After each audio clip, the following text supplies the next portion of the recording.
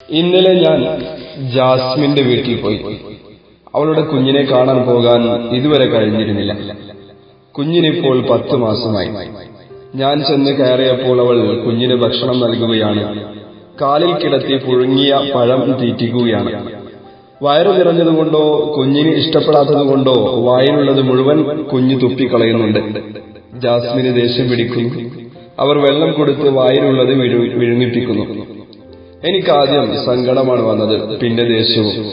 ദേഷ്യം സഹിക്കാഞ്ഞ് ഞാൻ ജാസ്മിനെ ശാസിച്ചു. ഇങ്ങനെയാണോ കുഞ്ഞിനെ തീറ്റിക്കുന്നത്? ഇങ്ങനെ തീറ്റിക്കേണ്ട യാതൊരു ആവശ്യവുമില്ല. ഇതൊരു ജാസ്മിന്റെ മാത്രം അവസ്ഥയാണെന്ന് എനിക്ക് തോന്നുന്നില്ല. പല ഉമ്മമാർക്കും കുഞ്ഞിന്റെ ആരോഗ്യത്തെക്കുറിച്ച് ഒരു ധാരണയുമില്ല.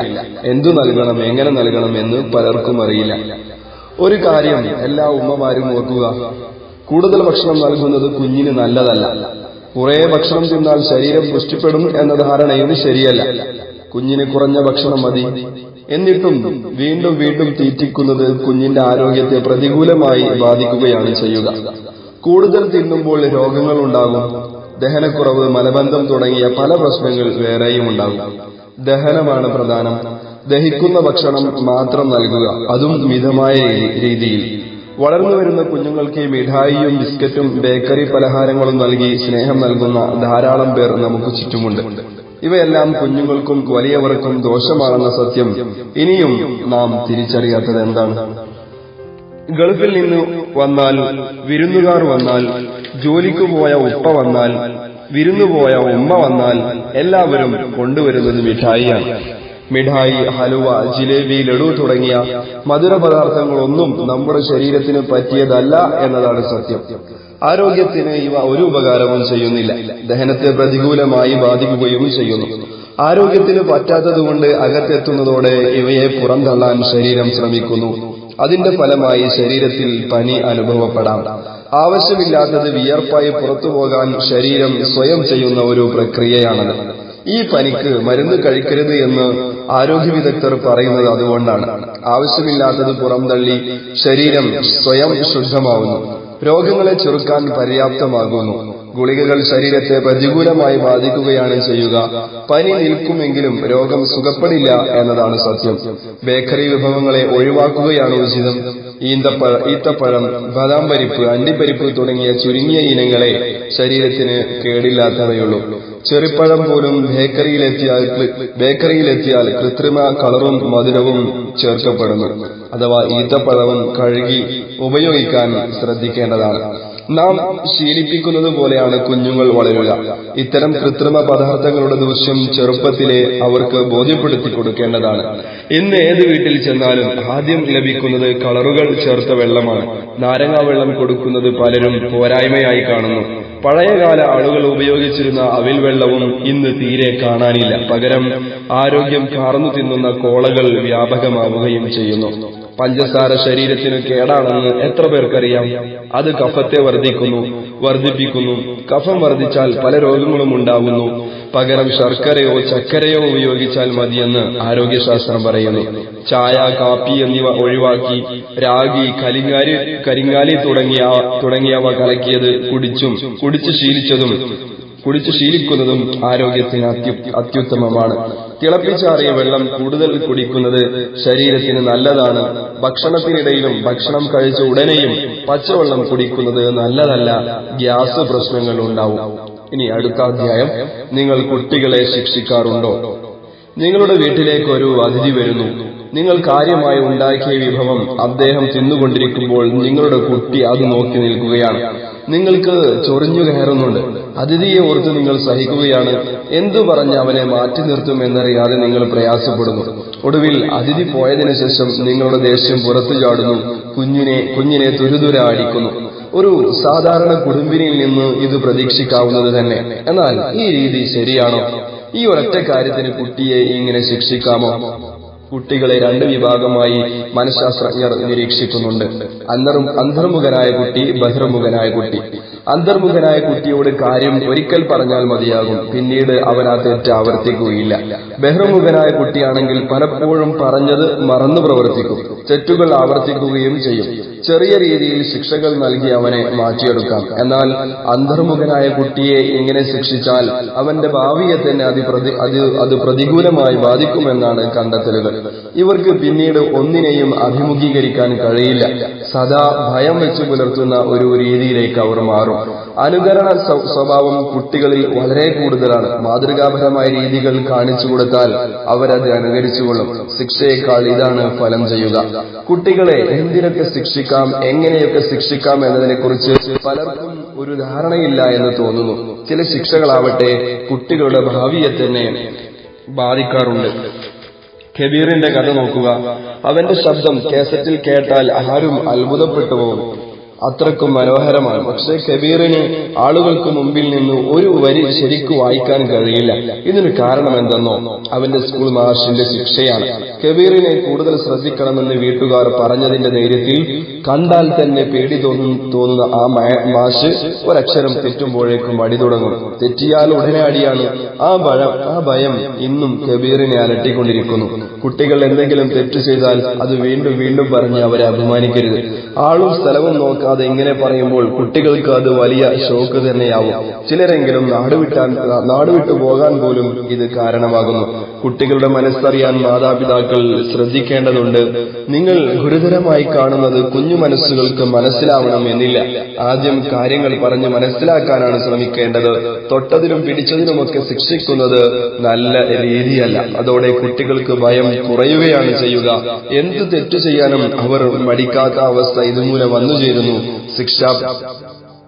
ശിക്ഷ പ്രവർത്തനം കൊണ്ട് മാത്രമല്ല, ചിലപ്പോൾ ഒരു നോട്ടം കൊണ്ടും കഴിയുമെന്ന് രക്ഷിതാക്കൾ ശിക്ഷ പ്രവർത്തനം കൊണ്ട് മാത്രമല്ല ചിലപ്പോൾ ഒരു നോട്ടം കൊണ്ടും കഴിയുമെന്ന് രക്ഷിതാക്കൾ മനസ്സിലാക്കുക. ഇനി അടുത്ത അധ്യായം, കുടുംബ ജീവിതം പ്രവാചക ദർശനത്തിൽ. ഇത് സഫിയ. 20 വയസ്സ് തികയാൻ ഇനിയും 6 മാസം ബാക്കി. സഫിയ ഇന്ന് വിവാഹമോചിതയാണ്. സമ്മാനമായി 2 വയസ്സ് തികയാത്ത ഒരു പെൺകുഞ്ഞുമുണ്ട്. സഫിയ തന്നെയാണ് വിവാഹമോചനത്തിന് മുൻകൈയെടുത്തത്. ഇന്നവൾ സുരക്ഷിതയാണ്, സന്തുഷ്ടയുമാണ്. അകപ്പൊരുൾ അറിയണമെങ്കിൽ സഫിയയുടെ ഭർത്തൃവീട്ടിൽ ചെല്ലണം. അവിടെ പ്രശ്നങ്ങളുടെ ഹിമാലയങ്ങളാണ്. മിക്ക വീട്ടിലെയും കഥ തന്നെയാണ് ഇവിടെയും അരങ്ങേറുന്നത്. അമ്മായിയുമ്മയും മരുമകളും തന്നെയാണ് കഥാപാത്രങ്ങൾ. വിവാഹം കഴിഞ്ഞ് ഒരാഴ്ച കഴിഞ്ഞില്ല, അവിടെ പൊട്ടലും ചീറ്റലും തുടങ്ങി. സഹിക്കാവുന്നതിലപ്പുറം സഫിയ സഹിച്ചു അത്രേ. അമ്മായിയുമ്മക്ക് കണ്ണെടുത്താൽ കണ്ടുകൂടാ സഫിയയെ. ചെയ്തതും ചെയ്യാത്തതും കുറ്റങ്ങൾ. കറിയിൽ ഉപ്പ് കുറഞ്ഞാൽ, ചോറ് വേവ് കൂടിയാൽ, തറ തുടക്കുമ്പോൾ മിനുസം കുറഞ്ഞാൽ, നീലമുക്കിയ തുണിയിൽ അടയാളം കണ്ടാൽ, എണീക്കാൻ വൈകിയാൽ, നേരത്തെ ഉറങ്ങിയാൽ, ലൈറ്റിട്ടാൽ, ഫാനിട്ടാൽ, കയ്യിൽ നിന്ന് പാത്രമോ ഗ്ലാസോ വീണാൽ, ഭർത്താവിന്റെ അടുത്തിരിക്കുന്നതോ സംസാരിക്കുന്നതോ കണ്ടാൽ, അയൽ വീട്ടുകാരുമായി സംസാരിച്ചാൽ, ഇങ്ങനെ പോകുന്നു കുറ്റങ്ങളുടെ നിര. എല്ലാം ശരിയാവുമെന്ന് കരുതിയും ഭർത്താവിനെ വിചാരിച്ചും അവൾ സഹിച്ചു. ഒരു കുഞ്ഞുകൂടിയായപ്പോൾ അമ്മായിയമ്മയുടെ പീഡനം വർദ്ധിക്കുകയായിരുന്നു. എല്ലാ പ്രതീക്ഷകളും ചില്ലുകൊട്ടാരം പോലെ തകർന്നടിഞ്ഞപ്പോൾ ജീവിതത്തിൽ അല്പം മനസ്സമാധാനം കിട്ടുന്നതിനു വേണ്ടി സഫിയ സ്വന്തം വീട്ടിലേക്ക് തിരിച്ചു പോന്നു. മകളെ പൊന്നുപോലെ നോക്കി വളർത്തി ഇന്നവൾ സംതൃപ്തിയുടെ ലോകം തീർക്കുകയാണ്. കൂപ്പിൽ മരം വെട്ടുന്ന തൊഴിലാളികളൊക്കെ കൂലി വാങ്ങി പുഴയിൽ മുങ്ങിക്കുളിച്ച് സന്ധ്യയ്ക്കു മുമ്പേ വീടണയാനുള്ള ഒരുക്കത്തിലാണ്. അപ്പോഴും വേടി കത്തിച്ച് ആഞ്ഞു വലിച്ച് കൂപ്പിലിരിക്കുകയാണ് സൈദാലി. വീടണയാൻ അയാൾക്കൊട്ടും താല്പര്യമില്ല. മഞ്ഞുള്ള രാത്രിയിൽ ഈ കൂപ്പിൽ കിടന്നുറങ്ങിയാലും തരക്കേടില്ല. വീട്ടിലേക്ക് പോകാൻ മടിയാണ്. സ്വന്തം വീടിനെ പറ്റി ഓർക്കുമ്പോൾ അയാൾ തളരുന്നു. എല്ലാ ഉന്മേഷവും മങ്ങിപ്പോകുന്നു. പ്രശ്നം കുടുംബകലഹം തന്നെയാണ്. കുത്താൻ വരുന്ന കാട്ടുപോത്തിനെയാണ് അയാൾക്ക് ഭാര്യയെ കാണുമ്പോൾ ഓർമ്മ വരിക. എന്തെങ്കിലും പ്രശ്നങ്ങളുമായി അവൾ കാത്തു നിൽക്കുന്നുണ്ടാവും. ഉമ്മയുമായി വഴക്കിട്ടതോ അയൽക്കാരുമായി കലഹിച്ചതോ ഒന്നുമല്ലെങ്കിൽ വീട്ടുസാധനങ്ങൾ തീർന്നുപോയി എന്ന പരാതിയോ. പരാതി പറയുന്നതിൽ സൈദാലിക്ക് പരിഭവമില്ല. പക്ഷേ അതിനൊക്കെ ഒരു സമയവും നേരവും രീതിയുമില്ലേ? അതവൾ ശ്രദ്ധിക്കില്ല. ക്ഷീണിച്ച് കയറി വരുമ്പോഴായിരിക്കും അവൾ ആളും തരവും നോക്കാതെ സംസാരിക്കുക. സംസാരിച്ച് എന്നും അവൾക്ക് കുറ്റമാണ്. ഉമ്മ അത് ചെയ്തു, ഉമ്മ ഇത് ചെയ്തു, ഉമ്മ അത് പറഞ്ഞു, ഇത് പറഞ്ഞു എന്നൊക്കെ. ഞാൻ എന്താ ചെയ്യാ? ഉമ്മയെ ശാസിക്കാൻ എനിക്ക് പറ്റുമോ? ഇവൾക്കിതിനൊക്കെ അല്പം ക്ഷമിച്ചാൽ എന്താ? സൈദാലിയുടെ പരിഭവങ്ങൾ ഇങ്ങനെ നീണ്ടുപോകുന്നു. ഇന്നത്തെ സാധാരണ കുടുംബാന്തരീക്ഷങ്ങളിലെ 2 ചിത്രങ്ങളാണ് വായിച്ചത്. ഒരു നിലക്കല്ലെങ്കിൽ മറ്റൊരു നിലക്ക് കുടുംബ ഭദ്രത തകർന്നുകൊണ്ടിരിക്കുകയാണ്.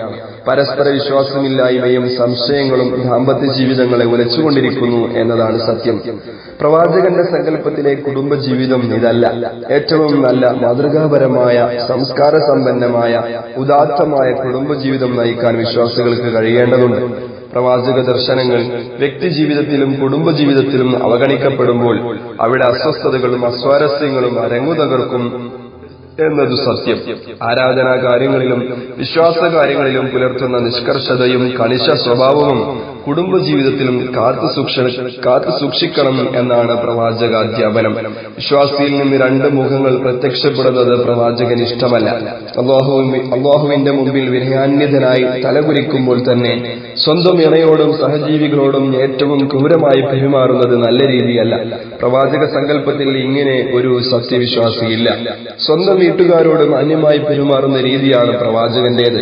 എത്ര പ്രശ്നങ്ങളുള്ളപ്പോഴും ധൃതിയുള്ളപ്പോഴും തന്റെ കുടുംബത്തോടൊപ്പം ചെലവഴിക്കാനാണ് പ്രവാചകൻ സമയം കണ്ടെത്തിയിരുന്നത്.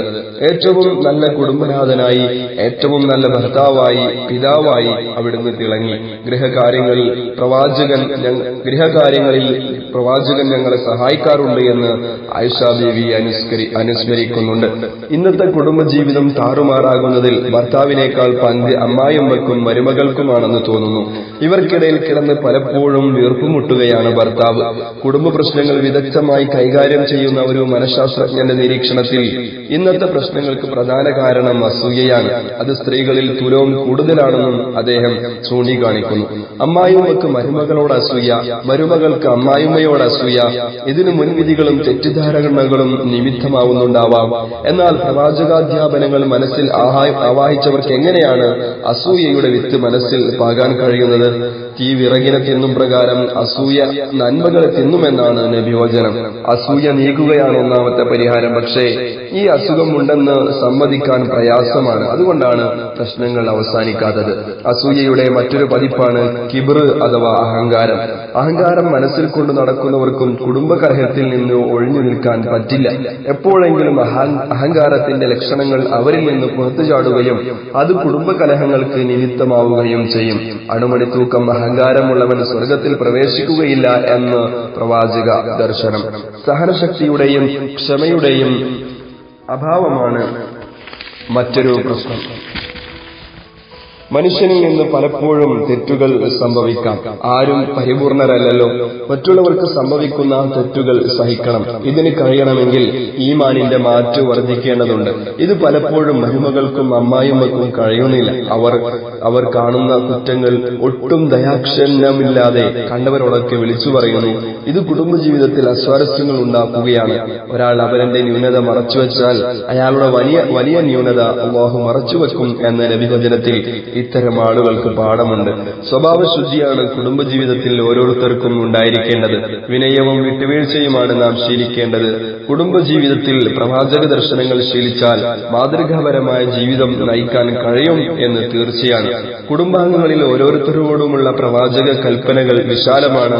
പിതാവ് മകളോട് പെരുമാറേണ്ടത്, മക്കൾ മാതാപിതാക്കളോട് പെരുമാറേണ്ടത്, ഭാര്യ ഭർത്താവിനോട്, ഭർത്താവ് ഭാര്യയോട്, കുടുംബക്കാരോട്, അയൽവാസികളോട്, അഗതികളോട്, യാചകരോട്, ഇതര മതസ്ഥരോട്, അഭ്യുദാകാംക്ഷികളോട് ഒന്നും പ്രവാചകൻ വിട്ടുകളഞ്ഞിട്ടില്ല. ഇവയെല്ലാം ജീവിതത്തിൽ പകർത്തേണ്ടത് സത്യവിശ്വാസിയുടെ ബാധ്യത മാത്രമാണ്. നിന്റെ സഹോദരനെ സുസ്മേരവദനായി നോക്കുന്നതും നിനക്ക് പുണ്യമാണ് എന്ന് നബിവചനം.